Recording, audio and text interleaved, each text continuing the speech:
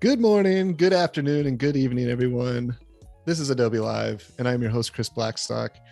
It is currently 9:30 a.m. Pacific Standard Time, and today we are with Illustrator Carina Lindmeier. Hi, Carina. Hello, everyone. How are you doing today? I'm good. How are you? I guess this evening, you're pumped, I'm sure. Yeah, totally. All right, well, very excited to have you here. I think today we're going to be painting a still life in Adobe Fresco, so very exciting. Stick around, everybody, for that. Just real quick, I just want to let you guys know to check out the Creative Cloud Express streams on Monday, Tuesday, and Thursday mornings. This week, Voodoo Val, she's awesome, will show how to get started in the easy-to-use app and create content for your Instagram. Everybody needs to know how to create content for their Instagram. We all know how that goes, so also, join us for the Creative Encores of the Photoshop Creative Challenges every morning at 9 a.m. Pacific Standard Time. This week, we are replaying our top view challenges, learn a new skill in Photoshop every day. And just want to do a quick shout out to the chat. As always, Wade, how's it going, buddy? Moderating today again. Always love having you on here. We got Robert Winterberg, Annika, Donnie, PJ Castle. Hello, everybody. Thank you for coming by and watching this. We can't do this show without you guys. It makes it so much more interesting. And just one last note, if you guys are on YouTube watching this, hello, hi, how's it going? Come on over to b.net/Adobe Live and Behance. You guys can chat with us live here. We can answer any of your questions. So that being said, Carina, please let us know what we're doing today, and please tell us about yourself and show us some of your work. Yeah, my name is Carina Lindmeier. I'm an illustrator from Austria, and I mostly work digital. I would say I have a contemporary figurative style. I love bright colors, textures, and shapes. And I would say let's jump into my Behance profile to have a quick overview of, it's kind of my colorful playground here. And yeah, as you can see, I love to use bright colors, some textures, and also some still life and food illustration. And that is what we are going to do today. We will work on a table scene with some fresh food, and then we're going to add some textures, and tomorrow we are going to add some motion as well. Awesome. Yeah. So I would say, yeah, this is also one of my latest projects. It's a personal piece.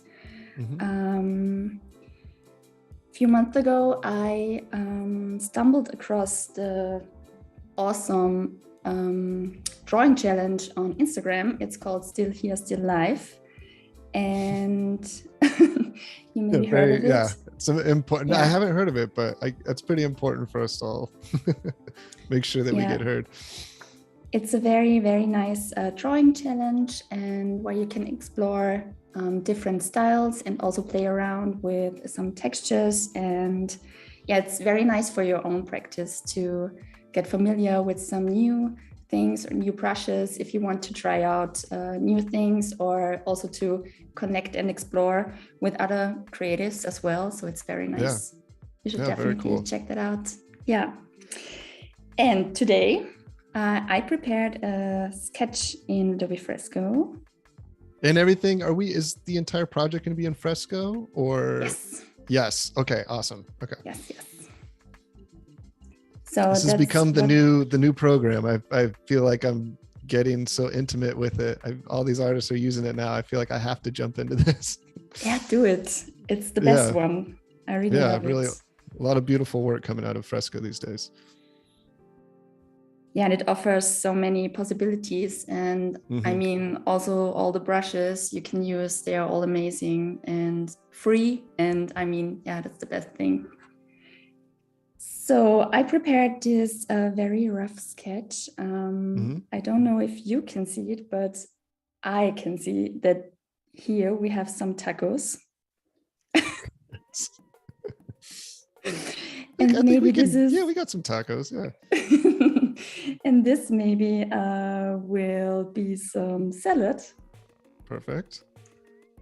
And yeah, some chili and some sauces. Yeah, it's gonna be fun. So this is what my messy sketches look like usually. Yeah, and now I like it loose. It's got good energy. Just kind of throwing in the composition. It's kind of what you need to kind of get started, but not be too tight.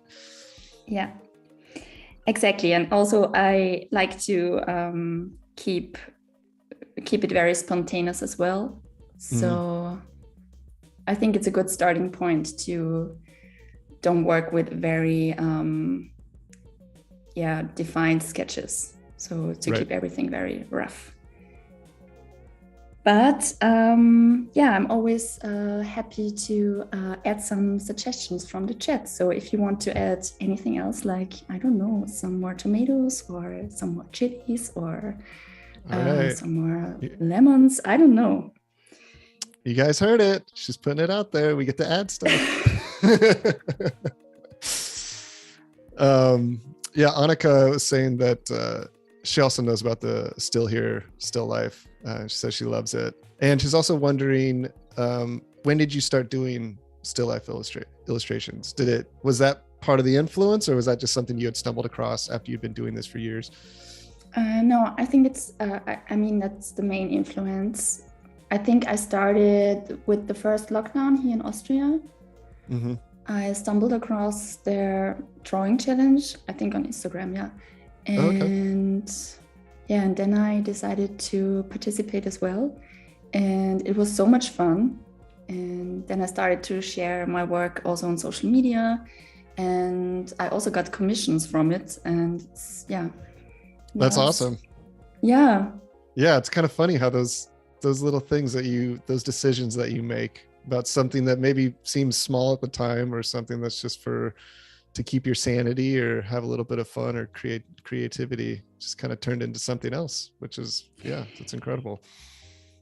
And I also have to add, I mean, it's so much fun to start something like this, or to include it in your routine as well, to keep your portfolio or sketchbook alive.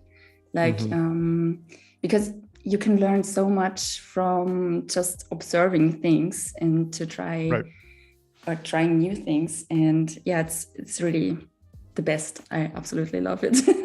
Highly recommend. I think there's something about the still life, why it's kind of been around for so long as a tool to kind of learn, especially with art foundations. But I've seen so much modern still life these days that with everybody's twist on it, and I love it, because it's really accessible. Like, it doesn't, anybody can kind of relate to it, and so it's very cool. I'm excited for this project today. I think just let's start, I would say. Let's jump in, please. Usually I start with some basic coloring. So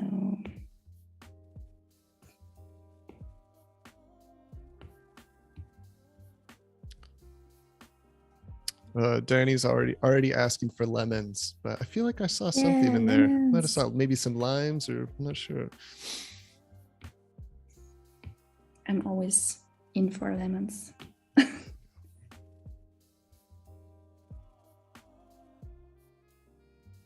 And how long have you been illustrating professionally? Full time since last year, September. Okay. And before that, I was teaching a few hours at a graphic design school. But then I decided to go all in. Yeah, it's exciting. Yeah, it's A little super scary, but exciting. exciting.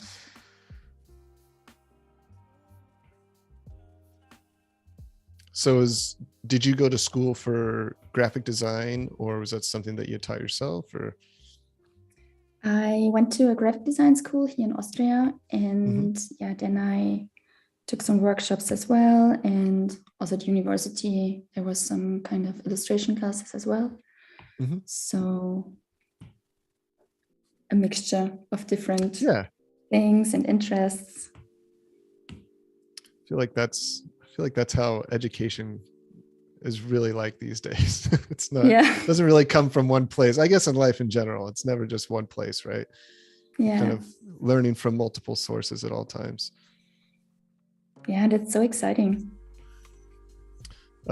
Laura's asking, do you use the vector brushes, or is this usually the rasterized brushes? This one is the raster one, yeah. Okay. I mean, it depends. If I work on client projects and they want to,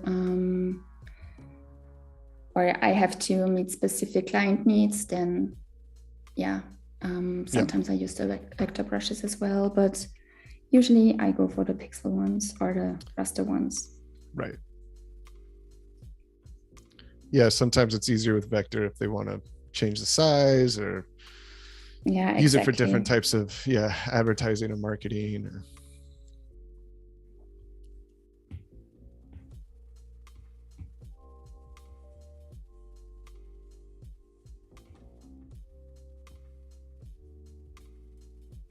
But I mean, I really love in my work the usage of this analog feeling. And I really have to say, I totally love the pencil brush. Yeah. I mean, it almost it's feels really basic, but no, I mean, I think a lot of the basic brushes you can get a lot of feeling out of those because it's kind of up to you how much you want to push it. But there's something nice with a pencil. It almost feels like pencil and paper in a weird way. You know, I think your brain, you kind of trick yourself after a while, be like, yeah, this is a sketchbook.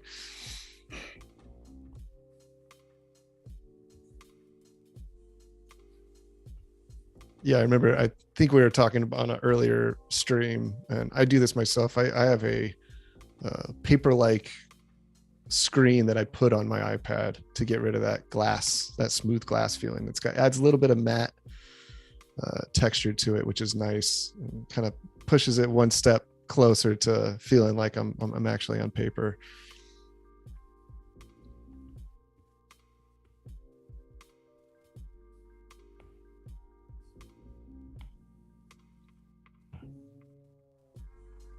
And so you're using this is like a lasso fill tool, correct? Kind of like a shape fill tool. Okay. Yeah.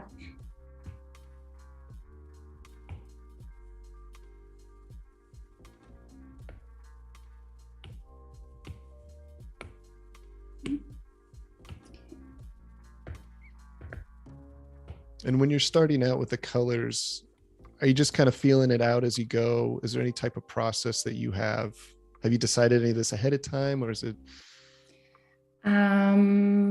It depends. I usually have a rough color palette in my mind, but I really love to follow the process as well. So sometimes it's easier to don't follow a straight plan. Like just kind of feel it out. Yeah. No, I know that feeling. It can almost prevent the action, right? Of just getting started. Exactly. It's more like go with the flow. Laura's wondering, do you usually draw on the iPad, or have you ever done the desktop with the tablet? What's kind of your preference with your work? I usually draw on the iPad because I really like to have or to work directly on the screen. I mean, sometimes I do some very rough sketching in an analog sketchbook, but I really prefer working on the iPad. I mean, it saves so much time. Oh yeah. And it's very easy also within the Creative Cloud. You can open all the files on your computer and work on the go. So yeah. Yeah, it's amazing how much time you save working digitally. Oh yes. Yeah. And it's so much fun. I mean, you have all the brushes available all the time.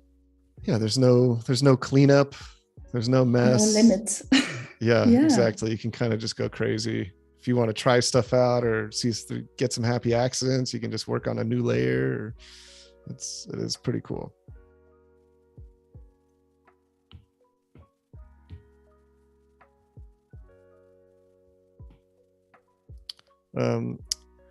It might be Carolina or Carolina.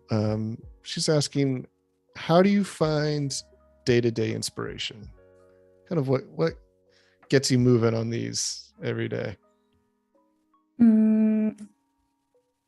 That's a good question. I think the best or what inspires me the most is, to be honest, I'm a very curious person. And I think if you are very curious and you want to explore things, I think that's the best inspiration. Definitely. Because then, you're inspired by daily life and people, or simply observing things. I also love flowers and plants and nature. So I think that's also a big part of inspiration and also motivation to explore things and continue drawing. I'm assuming you like tacos. Yeah, I like food and I like cooking. Yeah, it wouldn't make too much sense if you didn't like cooking but love drawing food. I think a few people in the chat are already licking their lips, getting hungry here. Yeah, I hope so. I mean, it would be an absolute dream project to illustrate a cookbook, like with all the nice recipes in there. Oh, that would be beautiful. I could definitely see so that. Nice, right? So if anybody's watching, once I hire Carina to do a cookbook. Yes, please. Yeah, it's out there now. Yeah, it would be very nice to do that. We will see. I think it'll happen. I already feel it. Yeah, that's good. We're gonna manifest that. We're gonna manifest that. You should just make it. Just start making it, and somebody will publish that.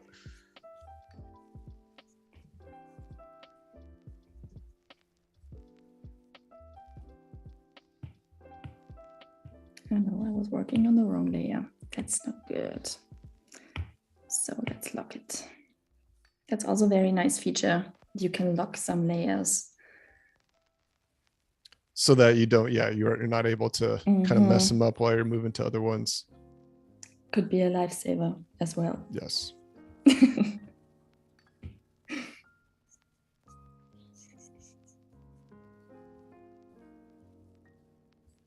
Ooh, Wade and Annika are suggesting an animated cookbook. Oh yeah, that would be very nice. Cool. Yes. Well, looks like your Instagram has posts now for the next year. Animated recipe every week, maybe. Yeah, it would be really a fun project. Yeah.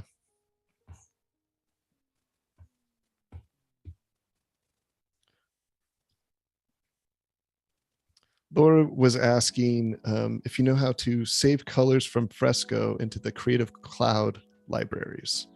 Is that something that you do, or? Yeah, usually I take a lot of pictures from everything that surrounds me as well. And then I love to use Adobe Capture. and to load all the beautiful colors directly into my library. That's very cool. That's a great Yeah, idea. and it's a very nice feature. Kind of does some of the heavy lifting there. You just kind of provide the inspiration. Yeah, I think you can also create different libraries for every project. So it's very nice. I mean, mine are quite a mess, but Yeah. if you want.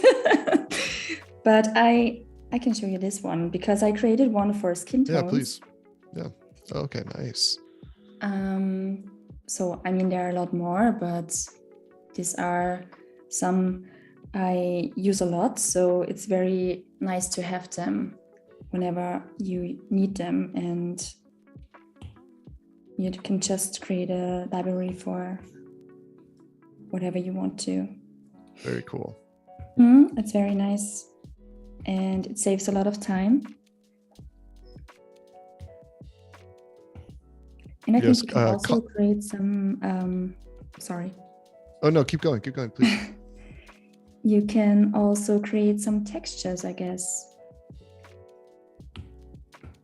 in Capture.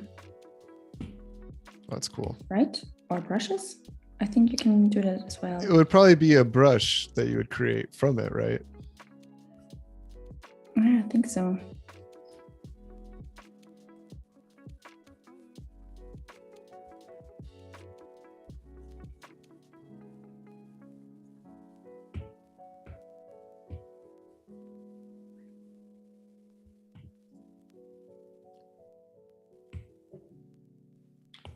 Call Me Daphne says that she loves your work. Oh, and I believe so she said something to you in German, but I don't know how to say. Oh, maybe I can post it in our Zoom chat so you can see it. Yeah. Or maybe she can post it in English as well. Yeah, that's true.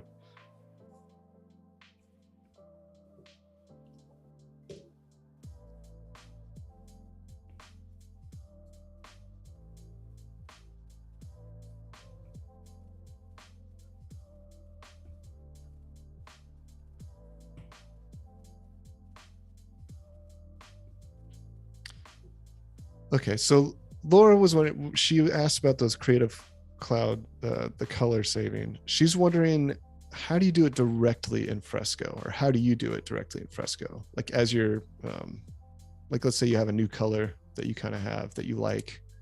Do you usually save that directly into your library, or? I mean, it depends. If you choose a color here, then it's automatically saved in your recent used ones. Yes. But if you want to create something that's saved within the library, I think then you have to use either Capture or something on the desktop app, I guess. I'm not quite sure, but I think that's fine. Yeah, I'm sure we can figure it out. Yeah, I was just curious. Yeah, she had asked, and I didn't know if you knew off the top of your head. That's totally fine. I'm sure Wade will help us. Wade, we need you.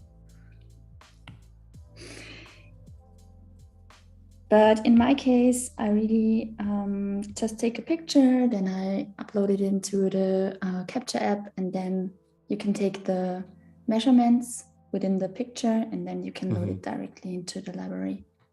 Yeah, that's very cool. Yeah, it's a very nice feature.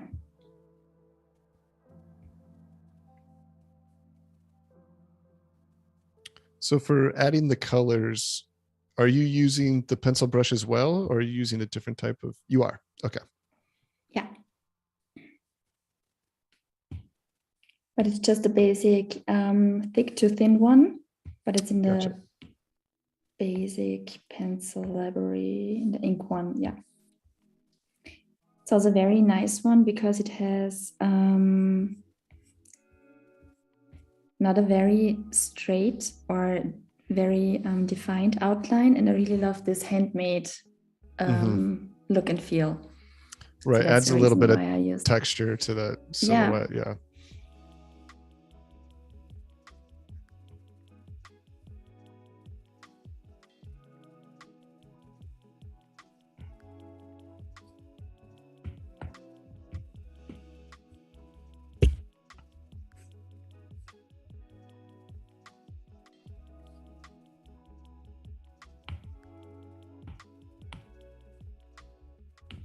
So this one is a little bit too big.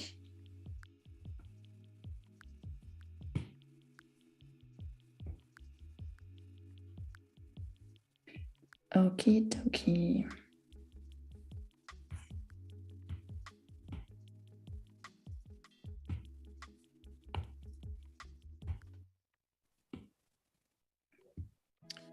If you are just now joining us, hello, welcome. We are here with illustrator Carina Lindmeier. She's an illustrator from Austria, and today we are working on a still life in Adobe Fresco. And I believe by tomorrow, we are going to be animating this as well and adding some motion graphics. So very exciting. Glad to have you here. And if you guys are on YouTube, hello, hi, how's it going? You guys can watch it there, but we'd love for you to come on over to Behance. Come chat with us here on our live chat. It's b.net/Adobe Live. So please come on over, hang out with us, ask Carina any questions you guys have. She's very sweet and awesome, and so far very exciting illustrator. We're making hot sauce, I think. So yes. It's good. You can't have tacos without hot sauce. If you think you can, you can't. You need the hot sauce. Of course.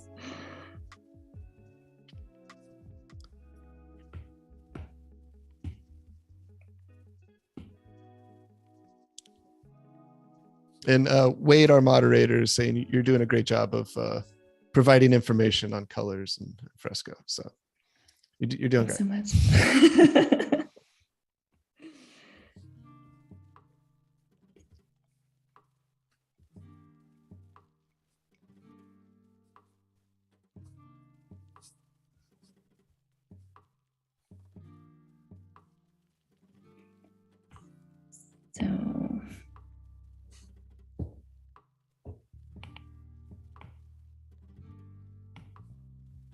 So yeah, what's that next to the hot sauce?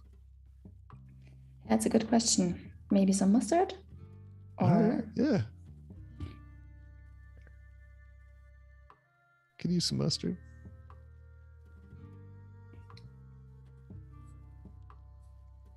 Or maybe some other sauce? Is it kind of like a squeeze tube? Is that kind of? Yeah. Ooh, yeah. It's going to be a squeezed one. Let's see how this one will turn out.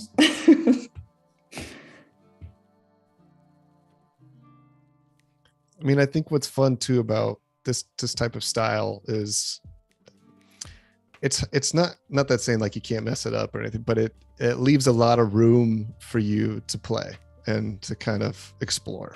And you don't. I'm a very tight illustrator when it comes to certain, really rendering and so, and you get to a point where you're like, oh my god, it can almost get exhausting. But I love this style because it's fun to watch, and two, I think as the illustrator, it's like you don't feel so restricted. Like you can kind of just get in there and play around. It's really cool. I like the style.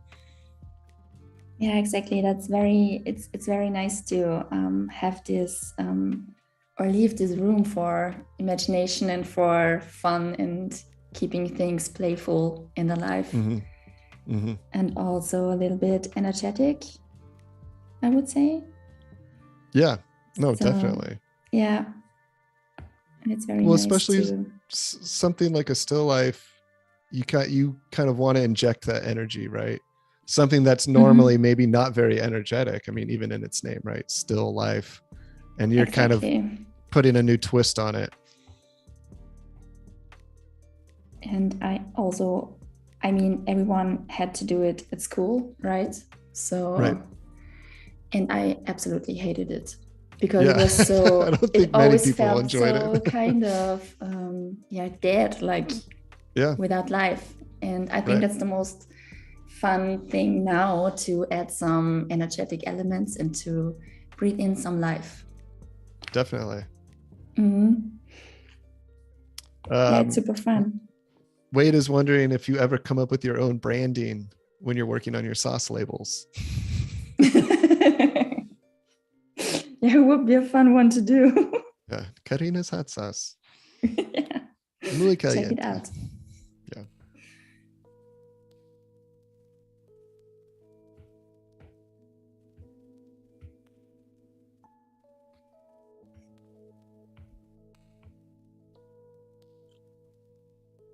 I'm a little worried because I think some of our viewers might have to leave to eat, because I can already Yeah, see. it's always the same. It's all about Yeah. food. So start implanting that in the brain and it's just can't help it. I hope they're having tacos, right? It's like, Yeah, I might have to go get tacos after this. It's going to be around lunchtime for me after this is done, so it's perfect. And I'm in Los Angeles too, so it's a good place to get them. yeah, I'm a little bit jealous. Because we don't have a good taco place here in my city. Maybe this isn't what's free. Maybe you need to start a Yeah. taqueria, get the going there. Yeah, there you go. After the cookbook, I will go totally open That's the next step. the next step.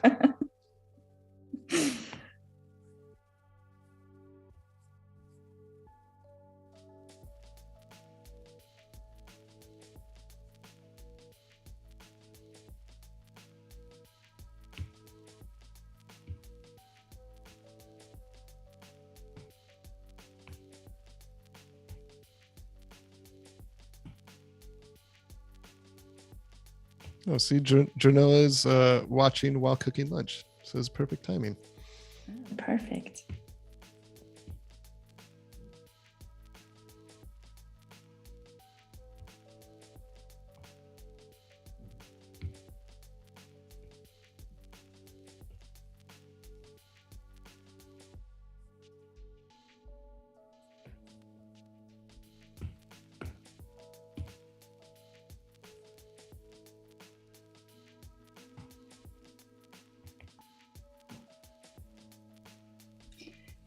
As you can see, I always tend to create some folders because I love to have everything in its right place. Mm-hmm. And I mean, it also saves so much time if you want to rearrange things in the end, to Right. have everything which is connected within one folder. Mm-hmm. I think that's one of the most important things, to have your own workflow. Yes. But you're right. I mean, when it comes to not as much with personal work, because you can kind of get away with a lot of things, but especially with client work, commissions, it's nice to have organized layers and groups, especially with a client who wants, if they want revisions or anything changed. So you're not kind of scrambling around trying to find things or being like, oops, I put all those layers together, or, you know, it's good to be on top of that stuff. Oh yes, it really is. And it also saves so much time. Yes. Which, right. Sometimes it feels like it takes a little bit of time in the beginning, but it's saved so much in the end. Oh yes. So maybe this one is going to be the guacamole. Ooh. I love very avocado. Important. Yeah. We might need to move that towards the center of the illustration. It feels a little neglected over there. Yeah, maybe we can add a little bit here in the middle as well. Right on the tacos, right? Yeah. but we have to wait for it. Yeah, we gotta wait. It's a process. We gotta wait. I don't want to rush the guacamole topping. That comes last.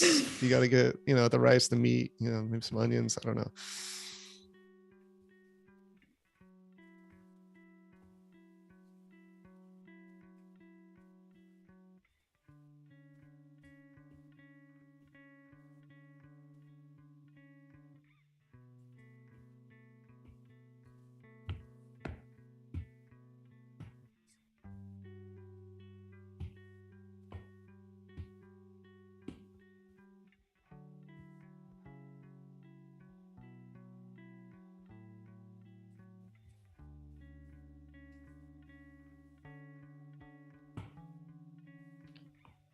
Call Me Daphne is wondering, did you use a reference photo for this, or is this all from your head, or just referencing things that you've done in the past?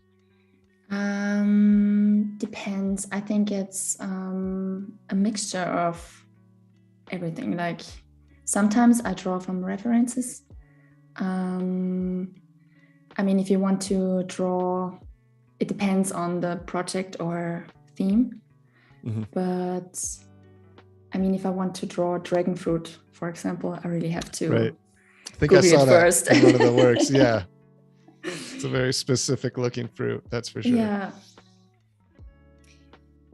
But yeah, of course, for the drawing challenge on Instagram, there's always a reference given by the hosts. Mm-hmm. But for this one we're working on today specifically, did you use photo reference or? No, I have some kind of mood board for food photography on Pinterest. But then, sometimes I draw one piece from a reference and then I add some other elements from just out of intuition, I would say. Yeah, definitely. Yeah. You've seen enough plates and tacos and spoons. Yeah. This definitely is something that you're kind of always seeing, right? So your brain definitely can store some of these images. Yeah. I feel like you do it enough, it's, you can kind of reference that as well. Yeah, today I was thinking about, everyone loves tacos, so this is true. It's a good starting point. If they don't, I don't know. Can we be friends? It's going to be tough. Yeah, it's going to be Taco Tuesdays every week. What do we do?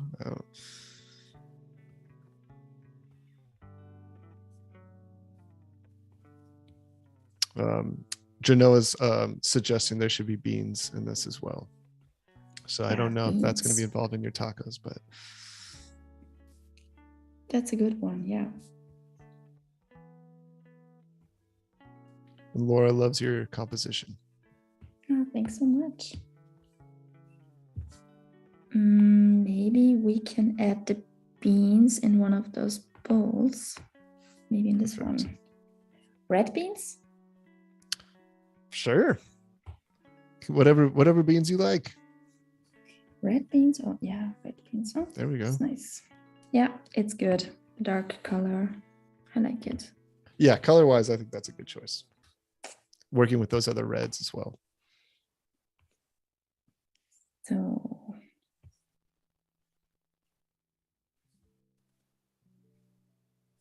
yeah, Wade's right. There's a nice color balance happening right now. I think it's good red balance. You got that guacamole's got the anchor up there in the top right corner.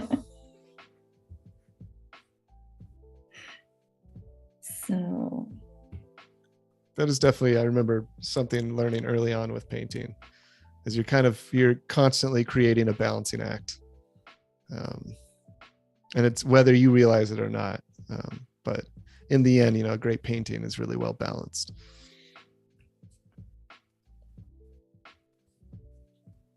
Yeah, that's true. And sometimes it's really just a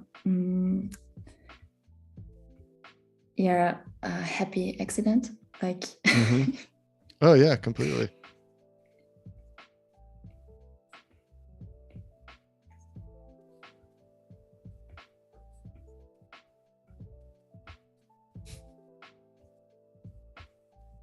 See, I should just be doing this all day.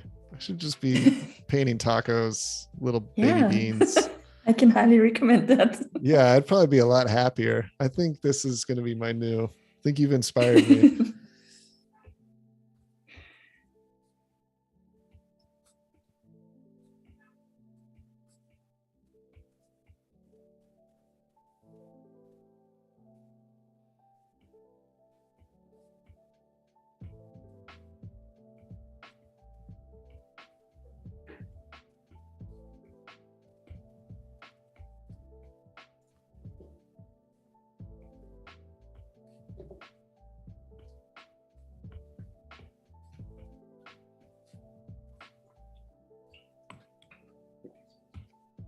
So now we add some guacamole.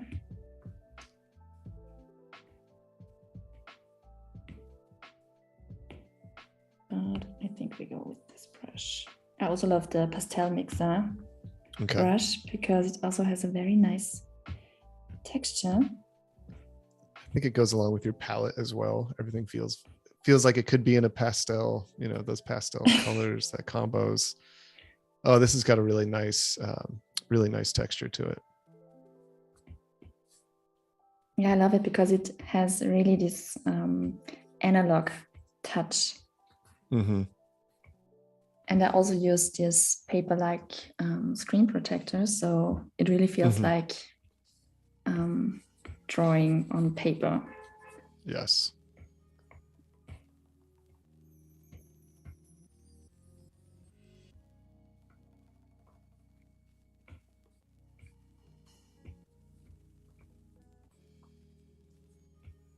So what else do we need here? Maybe some tomatoes, tiny bits.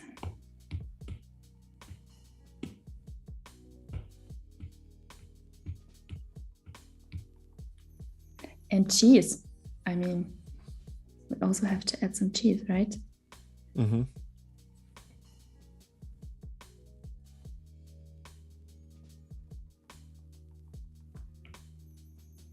So you said these are the tomatoes going on, right? Yeah. Okay. I was like, is that the cheese? No. I don't know if I've seen red cheese. Maybe I'm not cultured enough. Doo-doo.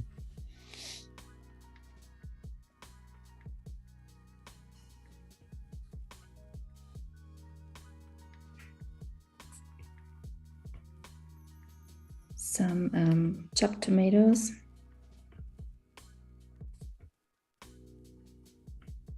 We want to keep it healthy and fresh and Definitely. Yeah. These are organic tomatoes, correct? Yeah, of course. Okay. It was a fully organic meal, people. No pesticides. Okay. This is homegrown. Grown with love and very on the countryside. Mm-hmm. Do you live in the city? Yes. Yeah. Are you able to have any kind of herb garden or anything there? Or is that... Yeah. Okay, cool. We also have a garden and we share it with our neighbors. So it's very nice for growing some herbs and also tomatoes and pumpkins. So you got a little bit of space to work with, which is nice. Yeah. You never know, especially with urban areas, you never know how much green space you get. Yeah. Yeah, I think it's also nice to grow something. It kind of grounds you. Mm-hmm. You do some garden work. I really enjoy it.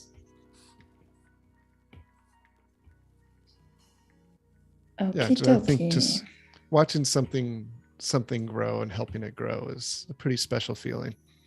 Mm-hmm.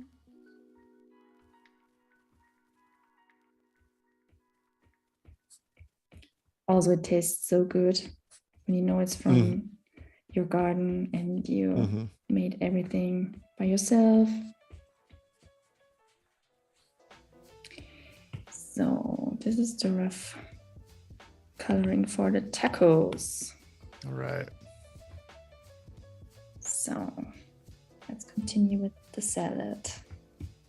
Wade, how do you feel about the balance of those tacos? They look very healthy, right? Yes. Yeah, we will add some hot sauce and that's later. Yeah. On, right? Yeah, those are the final touches. We don't want to serve it without it, but we'll get there.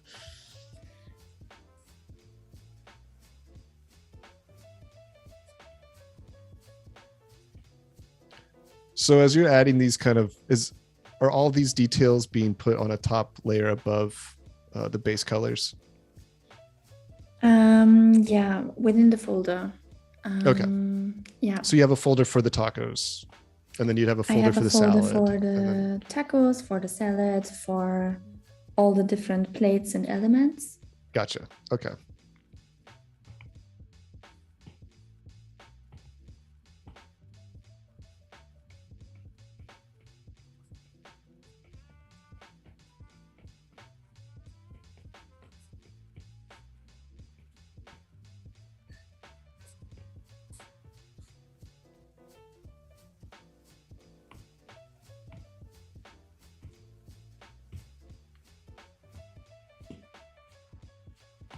And I think it's also very nice to work with some clipping masks within the different elements, because then you can really create some shadow and also some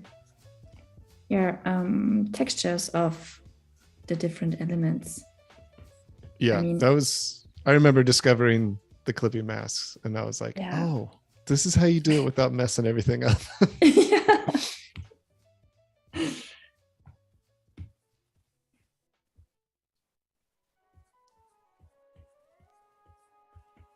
Yeah, it's just a nice way to add. I think it's the perfect way to add texture into a shape, because you really can work on the flow of your pencil without having to worry to keep it in that shape silhouette. Yeah.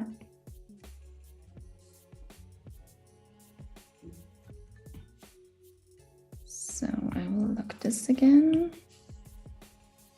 Just played around with the opacity because now everything is getting colored and it looks a little messy. But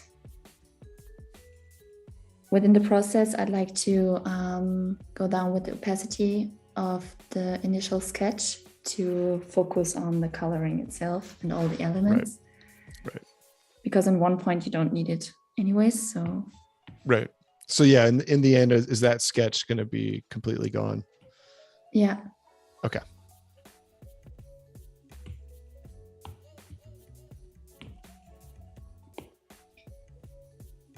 So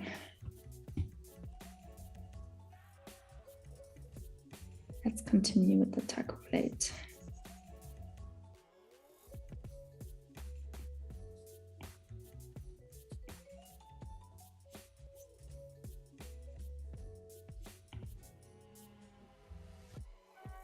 So this one's already prepared, and I'm waiting for someone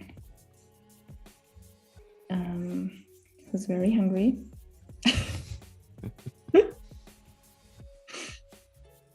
Waiting for a mouth to feed here, people. Yes, exactly. You don't want these to go cold. Eat them fresh. Yeah. Just hot off the stove.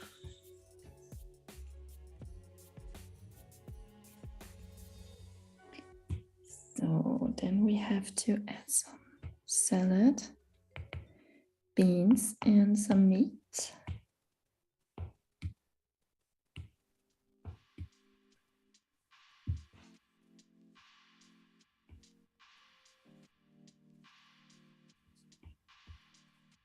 And cheese.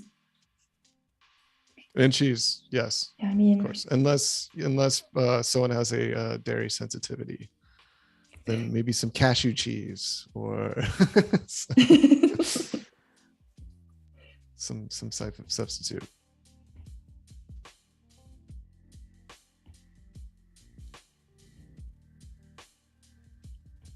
Yeah, I'm a big cilantro fan. I don't know if you like cilantro, but Oh, yes, it's the best. yes, yes. Yeah, it was funny learning at some point in life that people are genetically predisposed to not liking cilantro. It's like it's a cruel joke. Hell.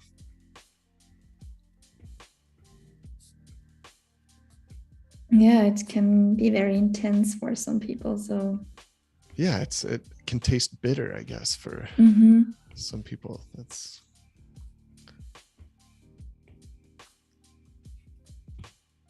yes, Penny says cilantro is so easy to grow too, which is very true. It does like to grow.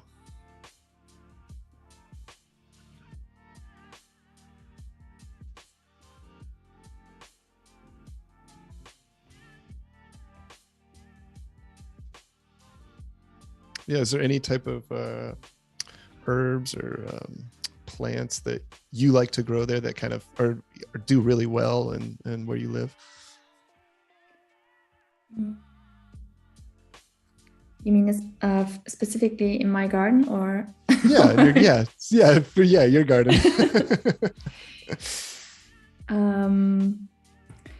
Yeah, I really like to grow tomatoes Mm-hmm. because I really like them and they're very easy. And I also think pumpkins are very good Mm-hmm. and easy. And Yeah, they're pretty hardy. They're tough, which is good. Yeah, they can take this a is lot. super good. Yeah. And salad.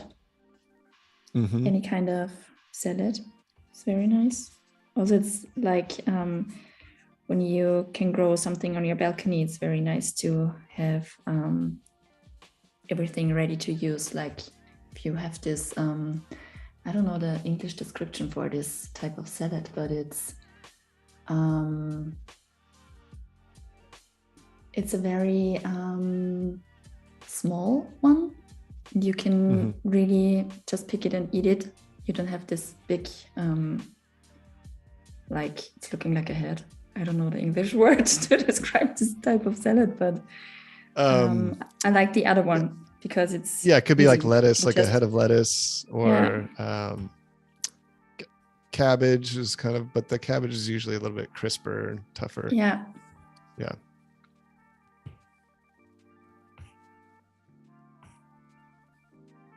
And of course, we always have some chilies because they're also very nice. When you dry them, then you can use it the whole year.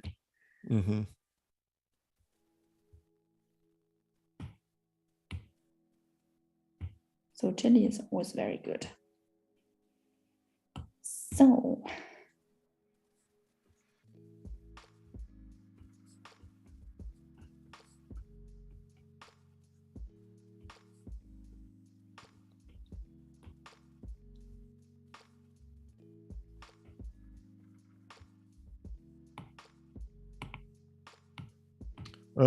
what size are you working in right now? The artboard.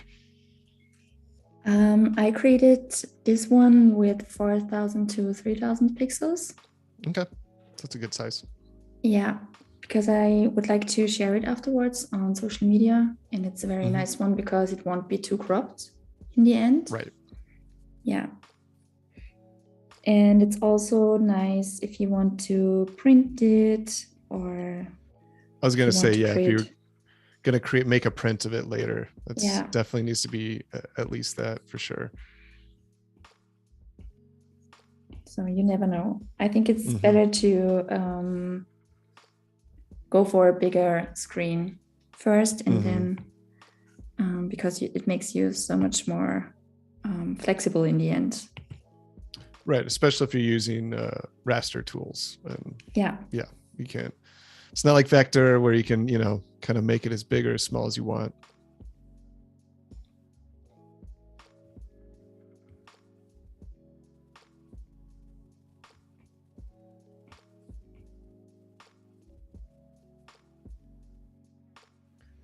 All right, we got our lemons. Yeah. I forgot who asked. Someone asked for those earlier. I can't remember who.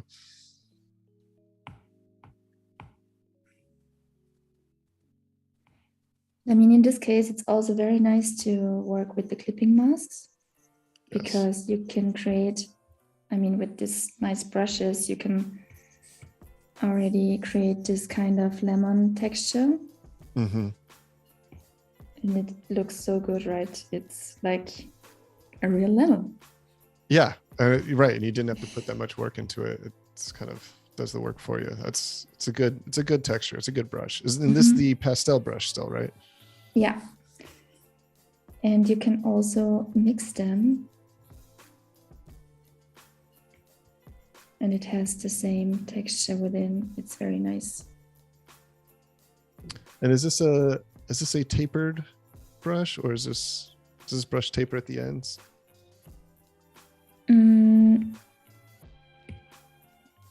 It's just a standard setting.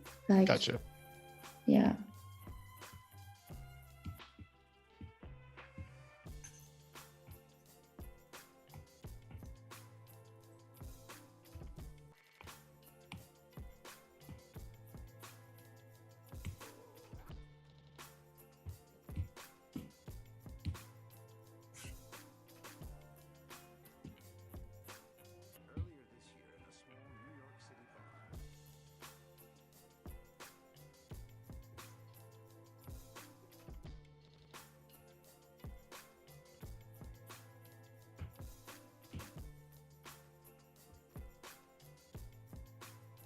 If you are just joining us, we are here with illustrator Carina Lindmeier from Austria. And today we are doing a still life illustration in Fresco, which is very cool. I always love seeing Fresco in use. And tomorrow we're going to be animating this, which is really cool. Kind of seeing some motion, which it won't make it so still anymore, which is exciting. But if you guys are joining us on YouTube, hello, welcome. Please hop on over to b.net/Adobe Live if you guys want to hang out in the chat with us here and ask Carina any questions you guys have. But yeah, I am very hungry now. This is very true. It's going to be hard to stay on this stream. It's like thinking about all the things I can have now. I feel like I've got some carnitas in the fridge. I might have to bust out.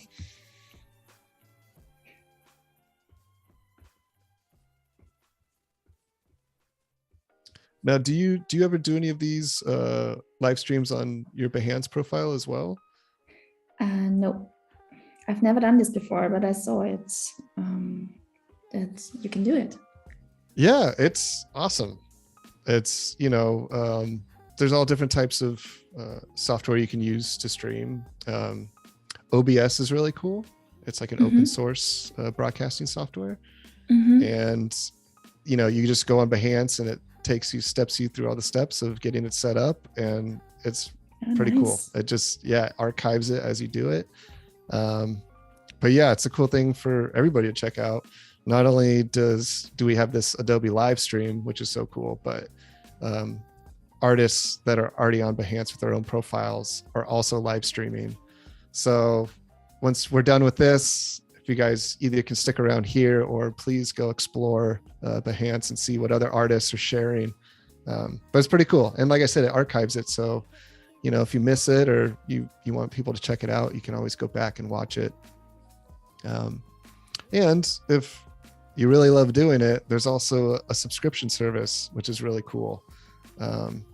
And artists, you can set up a subscription for people if want to give them extra stuff or cool, opportunities for prints or being able to watch extra special streams that you guys want to provide. So yeah, it's a really cool new thing that Behance has done. I think I want to say past 6 months. Maybe it's been longer than that, but it's pretty cool. You should check it out. It sounds very nice. And I think there's a lot of great content out there already. A ton.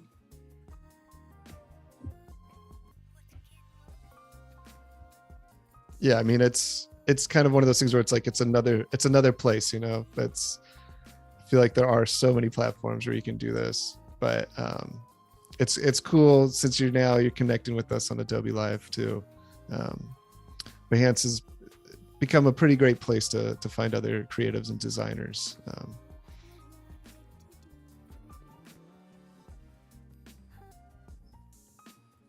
All right, what do we got going on this salad here? Maybe it's some minced meat. Okay, I like that. Yeah, I like that. I like some minced meat on a bed of lettuce. And maybe this could be some, maybe some tacos, or not tacos, nachos. So we got these are some tortilla chips we got here. Yeah, all tortilla right. chips, or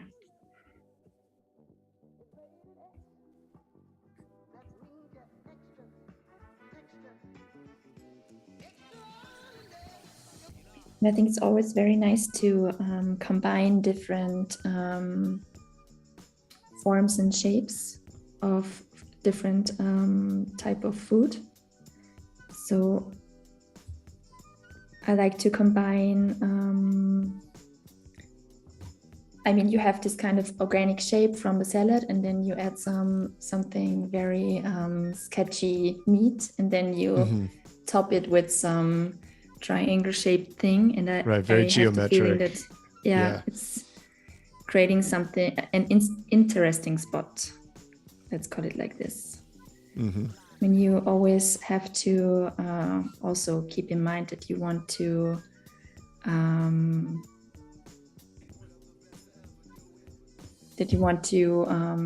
how can I describe this, what I want to create? Because I like that, or I like to create the feeling that people, when they watch my illustration, they have to look twice because it's interesting, or they want to find something new in it. And I think it's a good way to play with shapes and also with structures to create these special moments or feelings. Yeah, and it's nice having that contrast. It's gonna be visually more interesting. Yeah. Wade had a good point. You can also just, if you wanted to stream, you can just do it directly from Fresco, which I forgot about. So they make it even easier if you're on your iPad.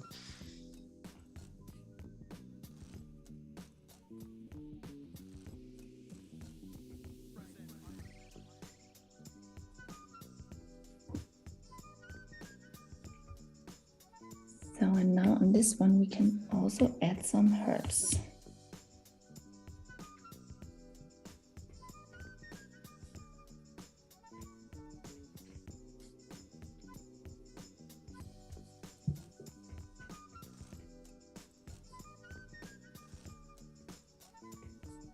And I mean, especially for this case or this type of illustration, the standard pencil brush is amazing because it creates a very nice texture. So you have this kind of analog drawing feeling. Yeah, it's kind of nice. Sometimes it can work where you kind of lean into the digital side of things, but I always like the feeling of like, okay, that looks like an oil painting or acrylics or pastels or crayon or pencil. I think it's easier for a lot of people to connect with that. And I think with something like what you're using, it's also, these are a lot of things that even maybe somebody isn't creative now in their adult life, but as a child, if you were drawing or making any of these things, you used a lot of these tools. So you kind of, there's a knowledge there that I think we all have. So there is something, it kind of adds to that playfulness, like we were saying earlier. I think I really like that about these illustrations.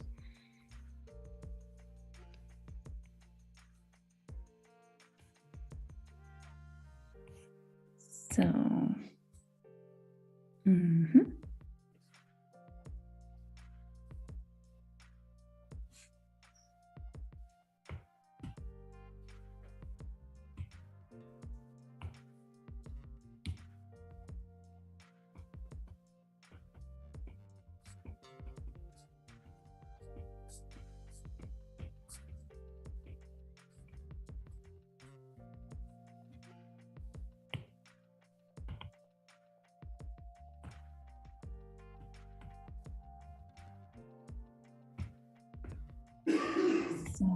the beans.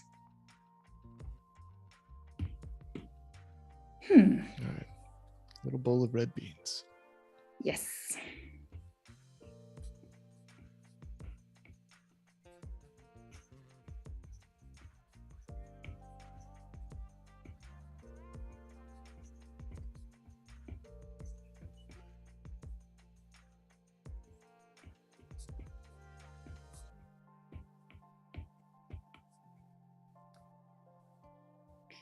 Can also add some tiny bits of onion in there. I was waiting for onion. I was trying to figure out when that was coming. Where is the onion? We need the onion.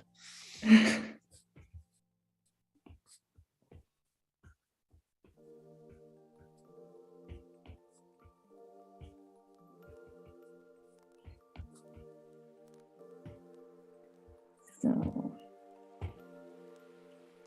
it's also a very nice contrast, adding some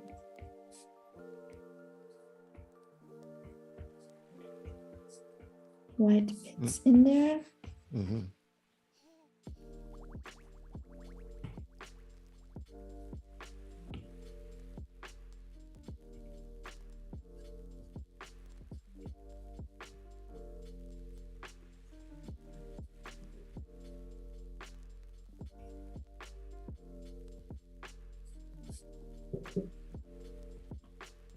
Mm-hmm.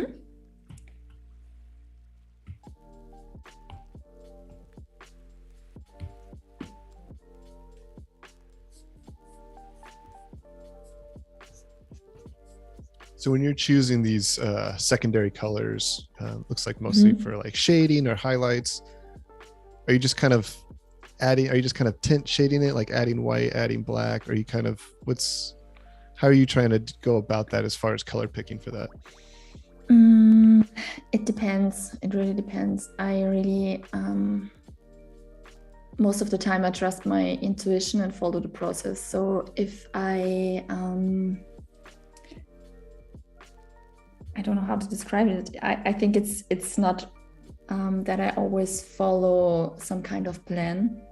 So most of the time I really just go within the workflow, and then I add some highlights or go with some also complementary colors, right? To make it more energetic.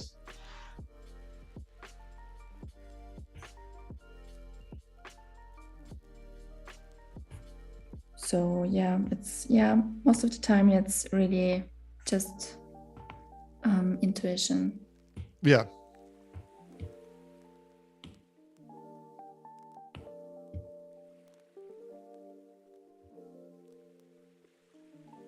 Is that another plate of tacos up there above the tomatoes? Yeah. Okay. Waiting for someone. This is a dinner party now. Yeah.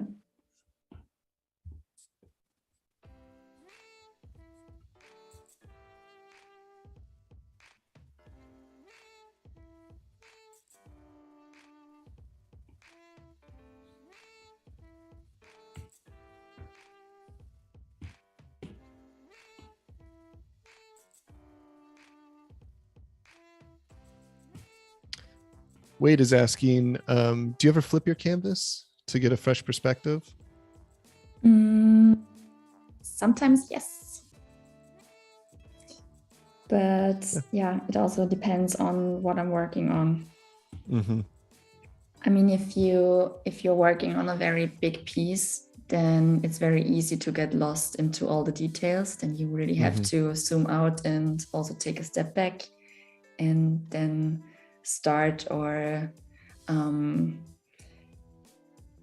dive new into the piece itself and to flip it, or also to change kind of the distance between your eye and the canvas. Right.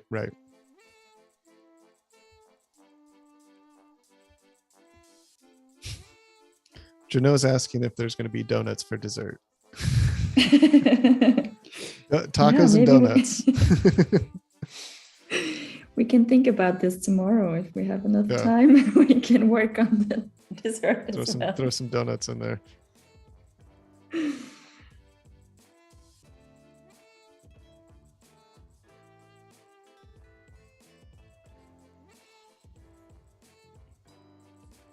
And when we go to add the animation, is that all done in Fresco as well, right? Mm-hmm. Yeah, very cool.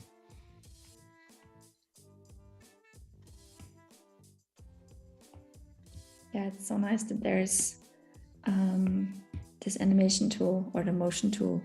Mm-hmm. And it also offers a lot of new possibilities to create new work within an artwork as well. Right. And just add another layer, like you said, kind of another point of interest. Yeah, opens new perspectives as well. It's very nice. Maybe you can rain cheese down onto the tacos. Your hand coming from the top. Yeah. Dropping some cheese. Yeah, that'll be the animation. Oh. Or just a donut slowly appearing from the side.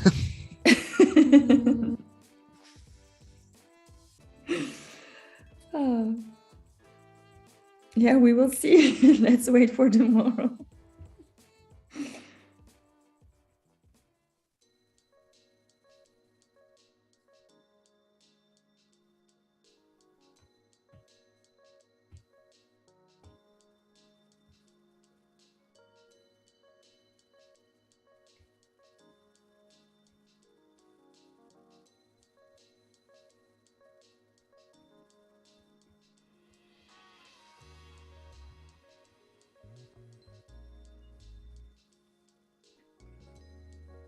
Okay, did I forget something? We have the salad, the meat, tomatoes, beans.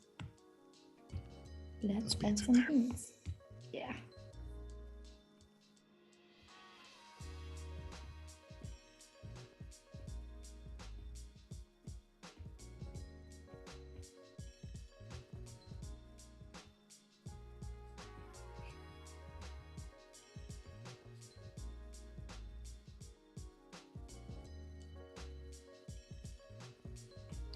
Do you have anything on your food wish list that you haven't painted yet that you would like to paint?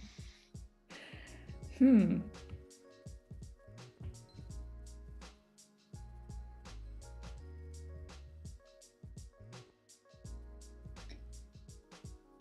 never thought about this. Yeah, maybe some Italian food. Ooh, I love Italian food. Actually, that'd probably be pretty fun to illustrate. Yes, I don't know many people who don't like Italian food. It's kind of has all the things that you want. Oh yes. Very comforting.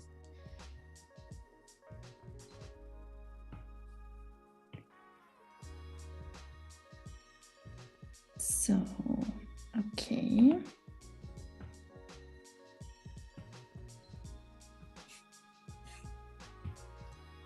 The tomatoes.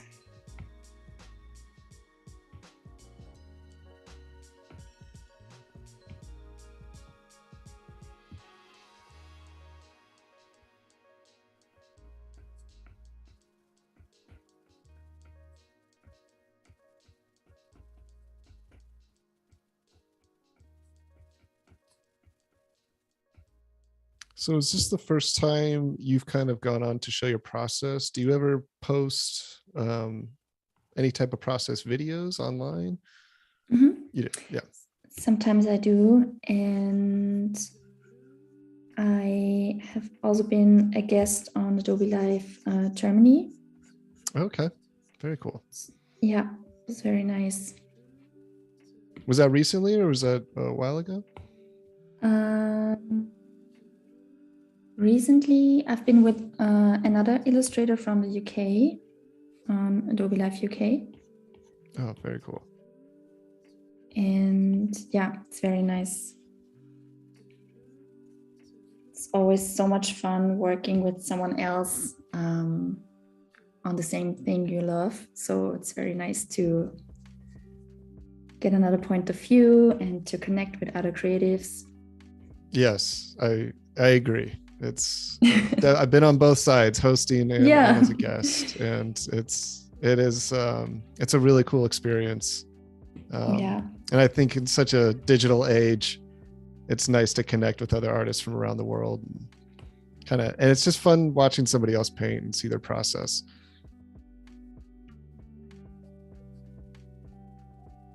Yeah, and it's also nice to get some feedback from the chat and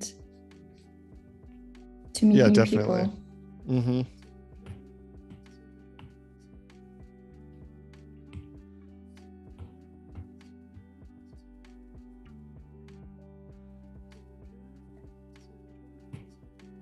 Okie dokie.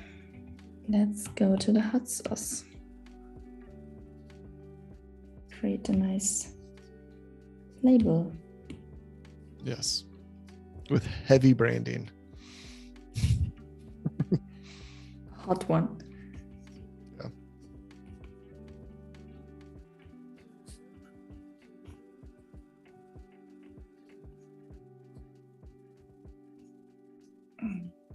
This one, I also love this big boy brush. I think it was in the latest spring collection from Kyle T. Webster. Or was it? Yeah, I think it was the spring one. And it also creates a very nice texture. Mm-hmm. It's very, I really like to use it for shading and to create this kind of vintage feeling. Right, kind of that worn look.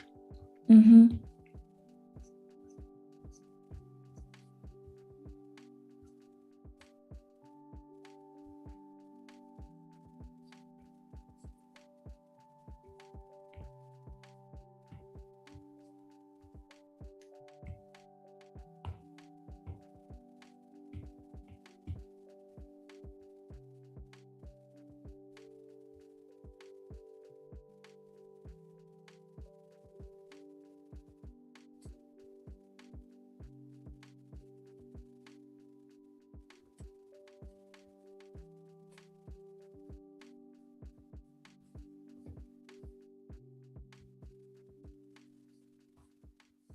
There we go. It's gonna burn a little bit. Yeah, maybe we can add some warning signs. Yeah. hot fire.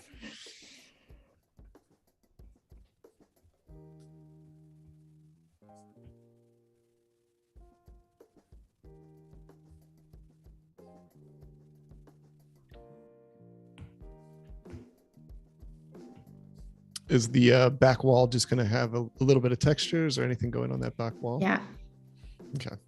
I think so. Maybe I will also change the color in the end. Mm-hmm. Yeah. We will see. Yeah. Well, that's what's nice about having that other on their own layers. Is that's not going to be a huge problem if you have to do that.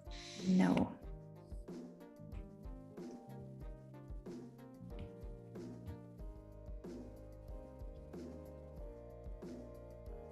What kind of hot sauce do you have there?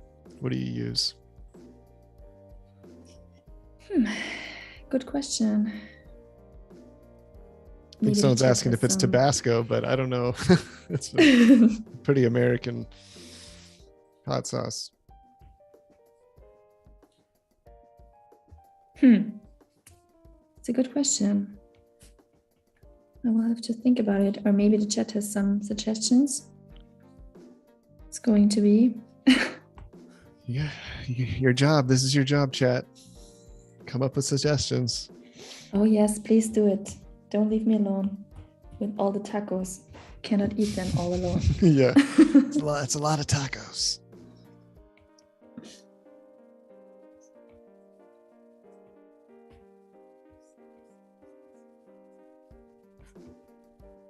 Now, do you ever do any still lifes of half-eaten food, or maybe after the food has been eaten? No, but it just would dirty be fun. plates that nobody cleaned up. No, but it would be fun. It's a good idea to do this. Yeah, the before and after. Yeah. Yeah, maybe this could also be a part of the animation. Yeah, totally. Taking some bites out of things. Yeah. Chop, chop, chop, chop. Oh man, Steve Festus is coming in with ghost pepper sauce. We want to be able to taste the rest of the taco. I feel like with the ghost pepper, all you're gonna taste is ghost pepper. Is it a very hot one? It's like the hottest pepper you can okay. possibly imagine. Yeah. Steve likes to live on the edge though. Yeah.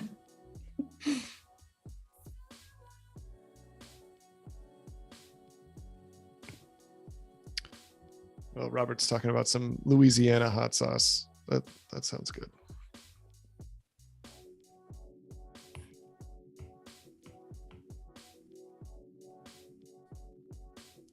And Carina, what would be a beverage of choice for you at a meal like this?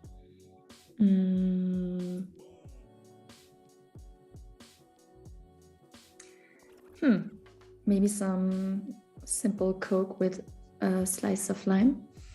Oh, that sounds good. And some ice. Yeah, sounds wonderful. Something fresh. Yeah.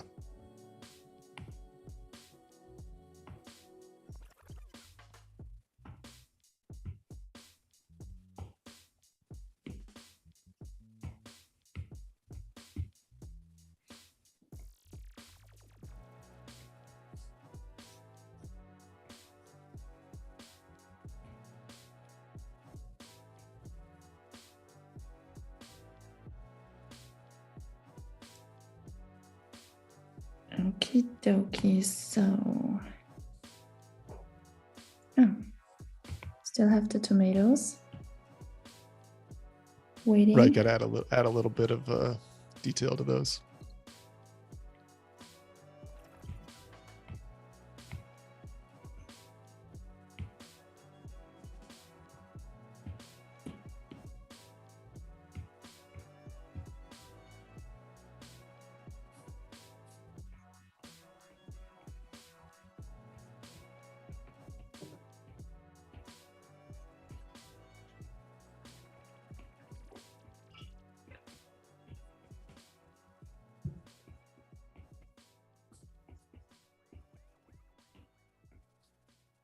And these tomatoes are from your garden, right? Yeah, of course. Sure. Okay. Homegrown. We love. I'll make sure. I don't want you painting any other kind of tomatoes here. I feel like that would be disingenuous. So these are from photo reference. These are from Carina's garden. Everybody knows, in case she tries to tell us something different later.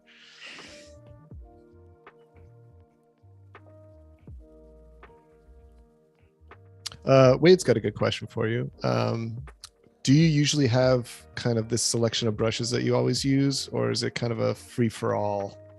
Like, are you constantly changing, or is this like these are my brushes? This is like what I use. Is there a discovery process? I think a mixture, but over the last couple of months, I really have my my private selection made. So if you try a lot and if you really draw a lot and also love to explore new textures, then you find your right ones. Right. And then, I mean, you can also save them into your favorites. And I think that's the best way to do it. So, I mean, if you download it or if you explore just the library, you can find a great selection of brushes. And I think, yeah, it depends. I mean, if it's in this case, it's nice to have different brushes with a very big range of textures within. Right. And I mean, for example, these tomatoes, they have some light spots. So it's very nice to create them to combine different textures. if that makes sense. Yeah. Yeah, I no, hope so. completely. Okay. Yeah, no, I think that's someone had asked earlier kind of about how do how do you get to your style? And I think a big part of that is finding the brushes that you really like using. Yeah. Because it can feel like a free for all sometimes when you're experimenting. But I think when you start to kind of figure out what you really like using, and like you said, there's so many brushes out there and there's so many to try, but certain brushes just feel better when you apply them with your brush stroke and with the way that you render or color or add texture. Yeah, So exactly.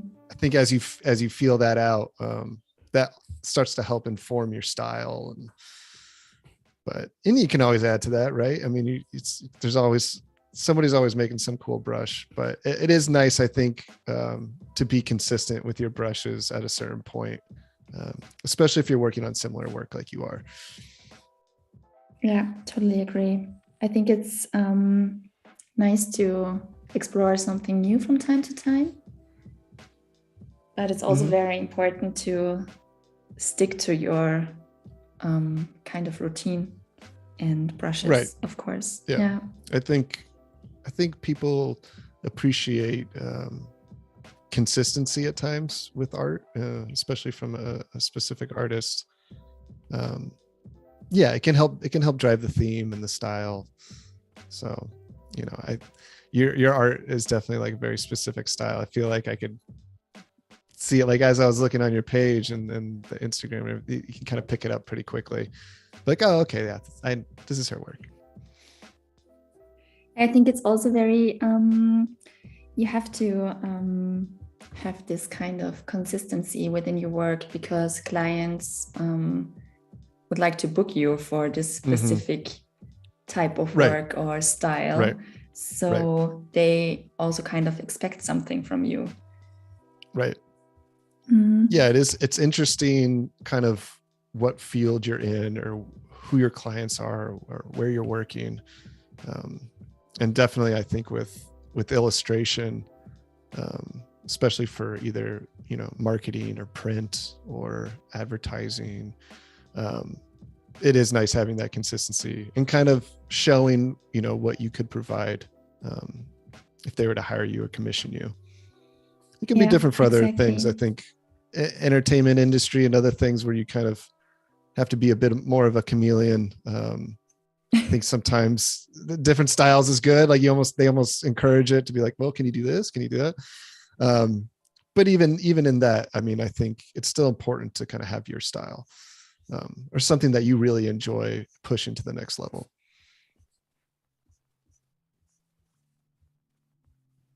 Yes, as Wade says, always learning and evolving. I think that is true. Exactly. That's true. And I think the more you draw and the more you practice, the more your style is getting specific, or it's kind of your visual language, I would say.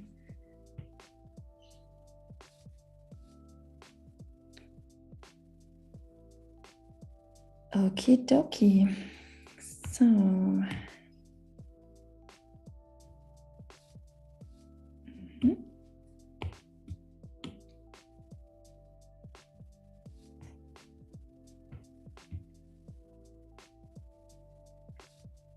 I'm getting hungry as well.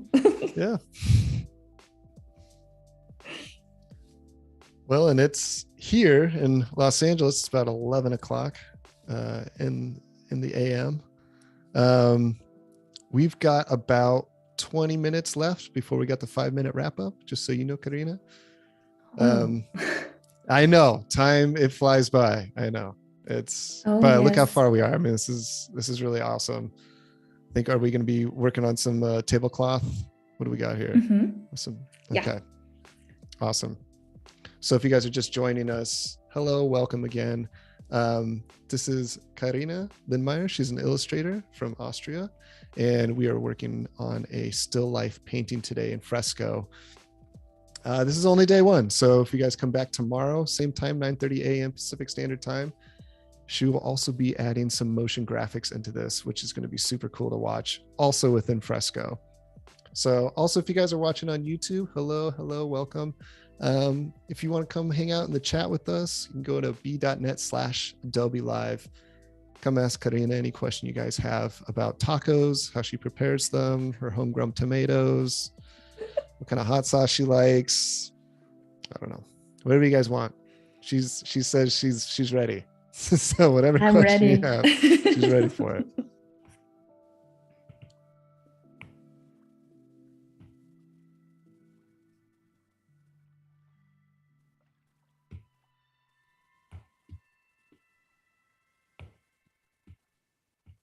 This isn't a nice tablecloth, right? If it gets messy, it's not a big deal. People can, this is, it's like okay. Just want to make sure.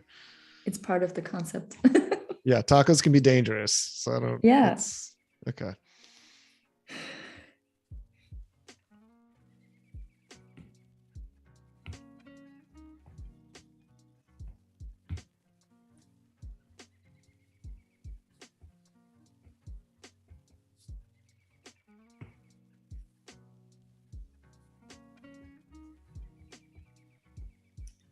So I just have to work on the details for the lemon. Mm-hmm.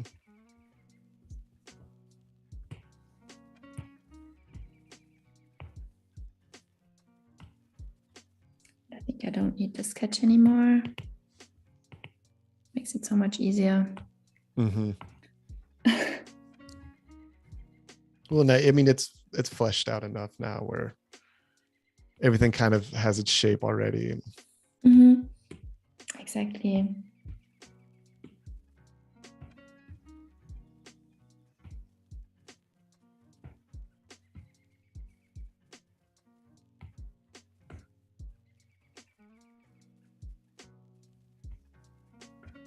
Yeah, that's the yellow.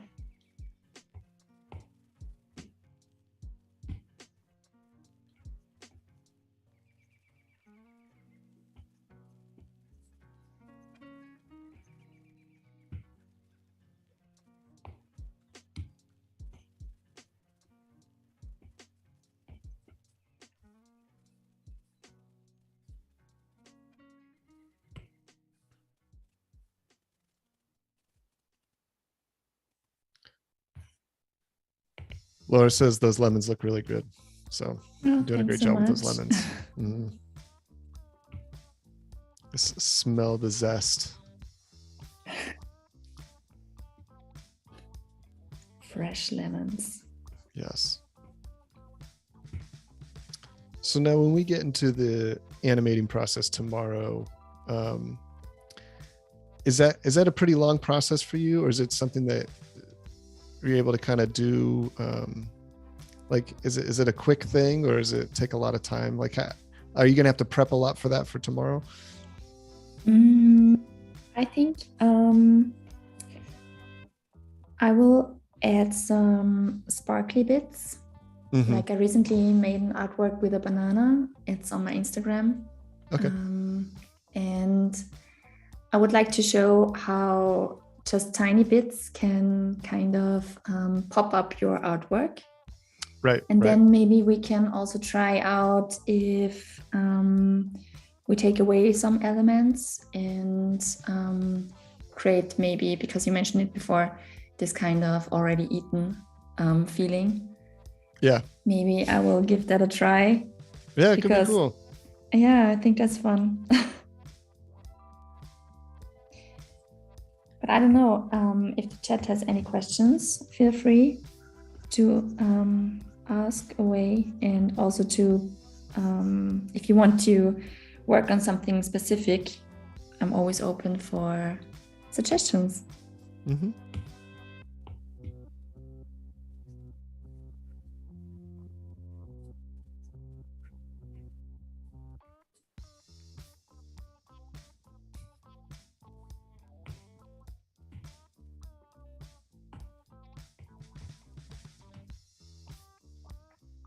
Very cool. Wade has posted the link to the banana.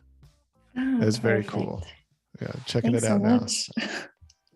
It is sparkly. Yes. And I mean, it's just a simple animation, but it creates some kind of nice effect. Yeah, and when you're, being online too and viewing artwork, like you said, it's another point of interest to get someone to stop and take a few more moments with your artwork. Yeah, exactly. It's a nice little touch. It's not overwhelming, but you would stop scrolling and just look for a second. Yeah.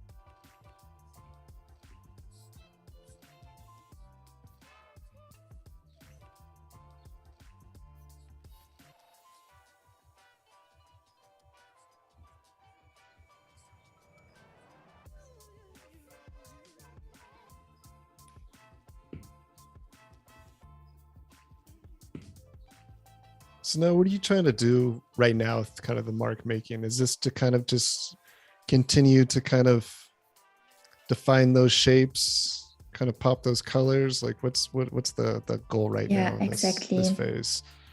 I'm trying to work my way through some final touches, kind of, and to rethink about the colors, especially in this case, because as you can see, it's not the best choice. It's the ghost guacamole bowl. Yeah. Well, since we're not worried about the tablecloth, we just put the guacamole directly on it. Just scoop off of the tablecloth. It'll be fine. Yeah. So I think now that everything has some kind of rough coloring, it's part of the process to go through all the elements and to redefine it step by step. Right. And to add some more details or structures or to play around with the colors or shapes. And yeah, that's what we are doing right now. And do you do a lot of like cast shadows or shadow work, or do you kind of like, do you kind of like more of like a textured, more of a flat mark making? I think for my kind of style, it's very rough. I would describe it myself like kind of rough, I have to say, because I really like this simple imperfections. So it's not necessary to have this very specific lightning or playing with shadows, but it just has to create some kind of overall or general feeling. Right. Yeah, and I think it kind of plays off of your graphic design background. Yeah, and like those colors, those shapes, those are what's important. I think it's not because it's not a very naturalistic style, so it's leaves some space for imagination. Yeah.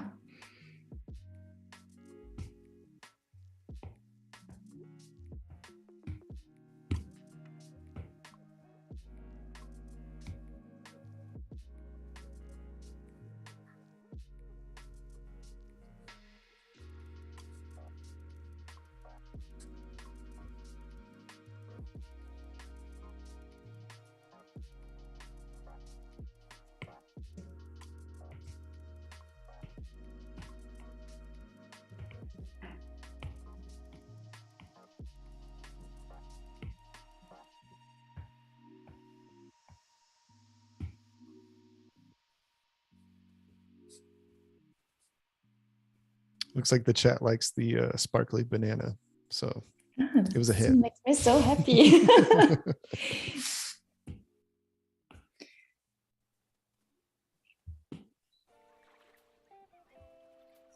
Who knew something so simple could Yeah. cause so much joy.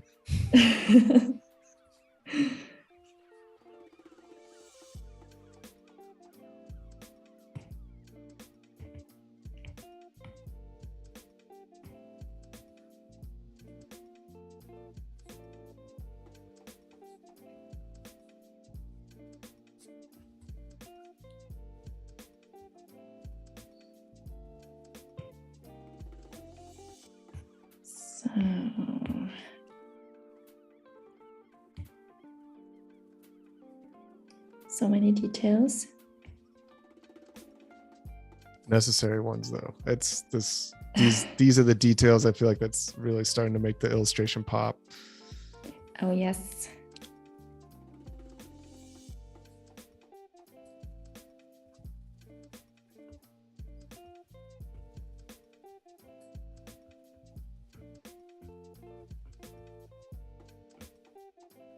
Put in those little tassels. Very important. They are.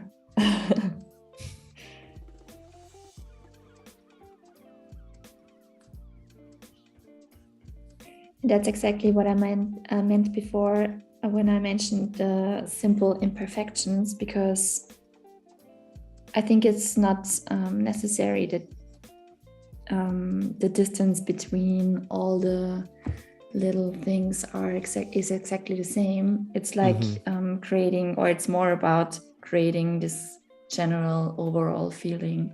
Mm-hmm. And also yeah, it would almost conflict with the illustration if you had anything that was too perfect, or right. Yeah.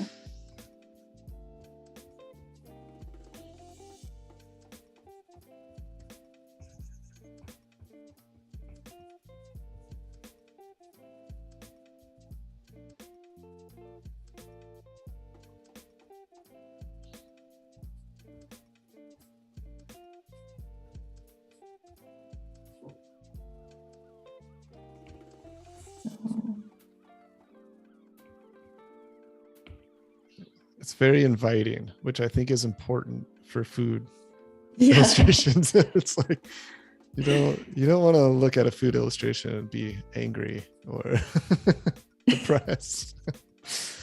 I mean, maybe you do. If I guess there's the right place and right time, but yeah, I mean, this is a happy illustration, and it looks just fun. The way that you're making it looks fun. It makes me want to go. The most important thing, right? To have fun. Yeah. And to eat tacos. Yeah. Please, people, if you haven't had enough tacos in your life, add some tacos. Be much happier. Make them however you want.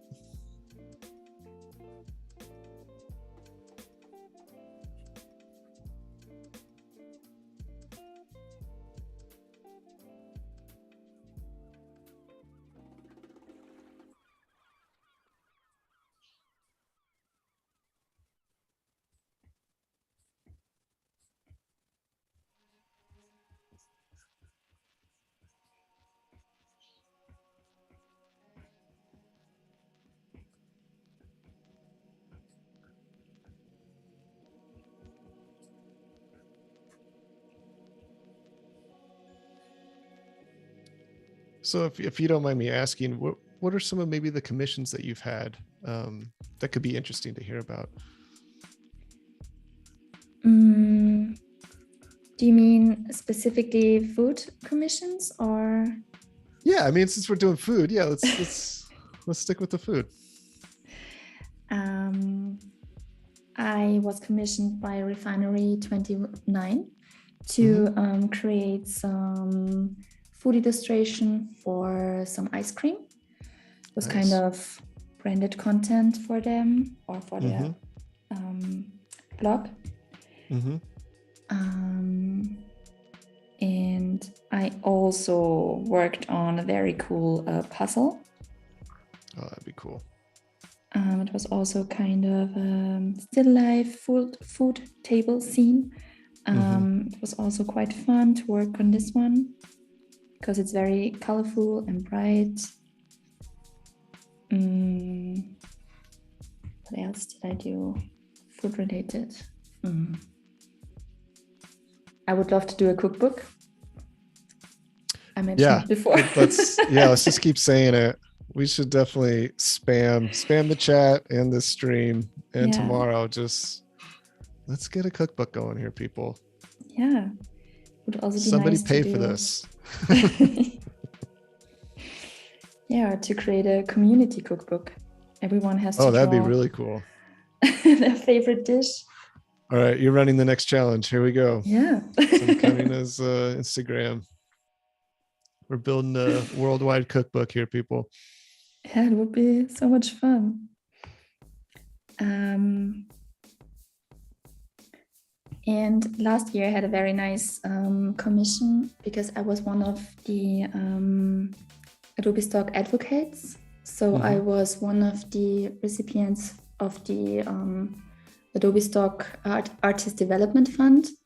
Oh, very cool. And yeah, it was super cool because I created 500 assets for the Adobe Stock collection. Well, that's awesome. Congratulations. Yeah. Thanks so much. It was a very nice project because it also helps to redefine the visual media landscape.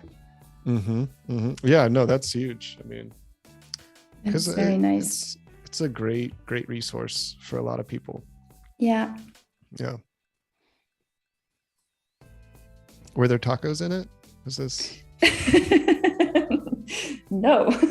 But some noodles, spaghetti. Okay. Some noodles. That'll do.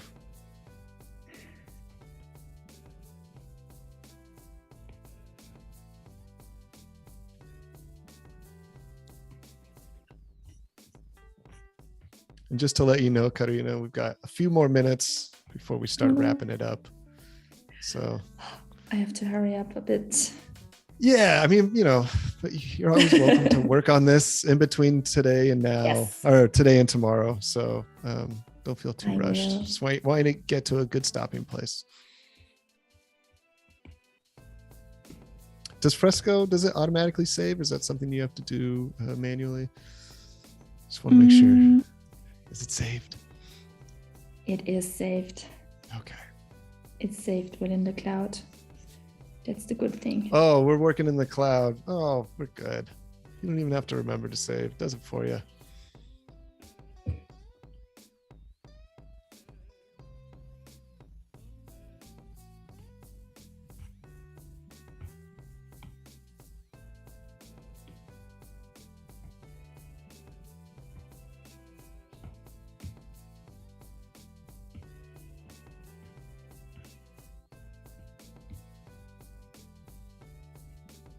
Are we going to see any hot sauce by the end of this?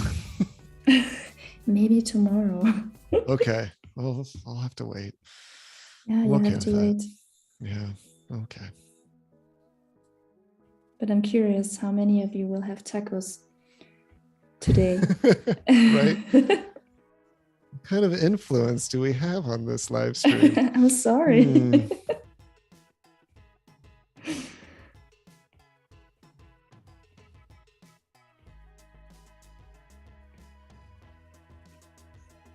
So now I'm working on some general shadow just to make sure that, it's a little bit too intense, but just want to show you how I do it usually.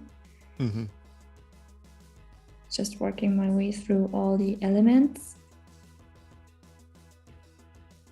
And this is just a layer sitting on top of the tablecloth, but underneath all the food elements. Yeah.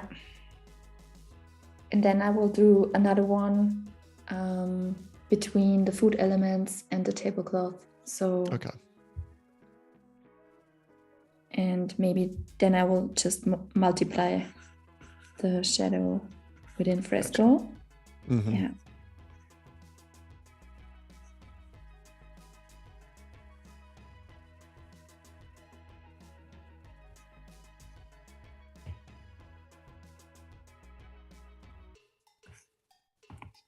And for example, here, of course, I also have to add some shadow within the plate or between the plate and the tacos.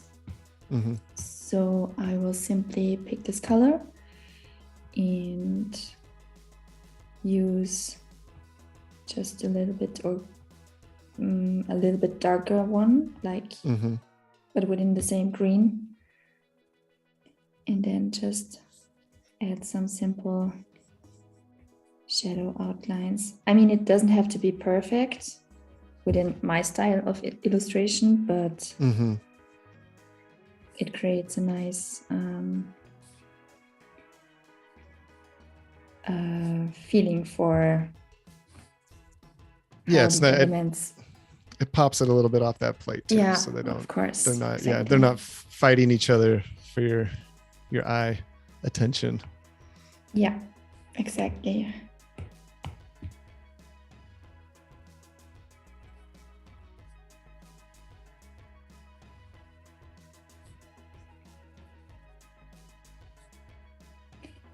And I mean, you can see it in this case, it's no problem if the lines are not very straight. They can also be a little bit wonky. I think that's the right word. Yeah, when it's not super straight. Wonky. Yeah, wonky is a good word. And and it also gives the illustration a little bit playful feeling or some kind of energetic movement. Definitely. And I really like it to add some energy into the still life. Well, I think do a few more marks here, and then I think I'll have you kind of recap for us what we did today and what our plans are for tomorrow. So let me zoom out. So we created this nice table scene with a lot of tacos and fresh veggies in there. And we started from a very rough sketch, and then we continued with some basic coloring.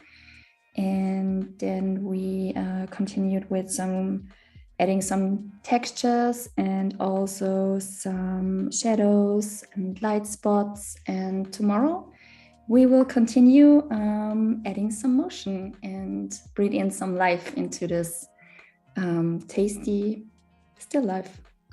Tasty taco plates. Yes. Exactly. Well, I mean, this has been awesome to watch your process. You made everything seem so easy. Felt like, you've done this a million times. It's crazy. It's like you're a professional. Well, yeah, awesome for day one. Thank you so much, Carina. Carina Lindmeier, she's an illustrator from Austria. This is day one of painting a still life in Adobe Fresco. Day two, like Carina said, we will be animating this. So be very exciting. We'll finish up the illustration. So please come join us tomorrow. It'll be same time, 9:30 a.m. Pacific Standard Time. And we'll be continuing our Best of Creative Challenges theme. So stick around for a creative encore of the Illustrator Creative Challenges, where you will learn a new skill in the app every single day, which is so cool. And immediately following, join artist Luke Choice from Velvet Spectrum and learn the power of AR with Adobe Aero. Very cool. So thanks again, Carina. It was a pleasure hanging out with you today, watching your process. I love this illustration. I love tacos. This is a good morning for me. Hopefully good afternoon, good evening for everybody else.